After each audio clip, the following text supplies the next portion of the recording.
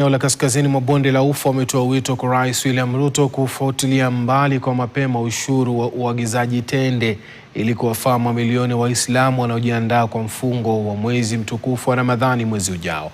Wakiongozwa na Sheikh Abubakar Binni ambaye ni mwenyekiti wa maimamu na wahubiri wa Kiislamu eneo hilo, maimamu wamehoji kuwa kwa miaka iliyopita serikali zimekuwa zikifutilia mbali ushuru huo wa tende japo kwa kuchelewa, na hivyo kuwafaidi pakubwa wafanyabiashara wa tende.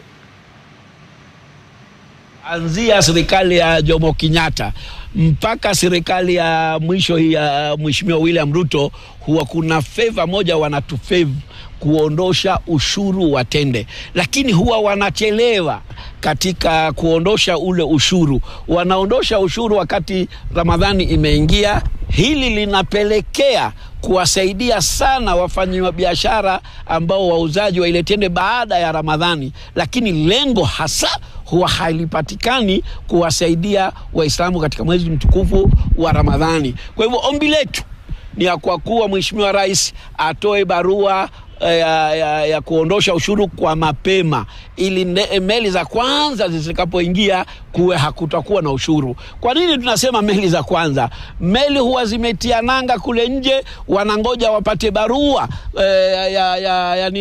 ya kuondosha ushuru, na ili hali barua yenyewe inapotoka imefika tarehe 15 ya Ramadhani.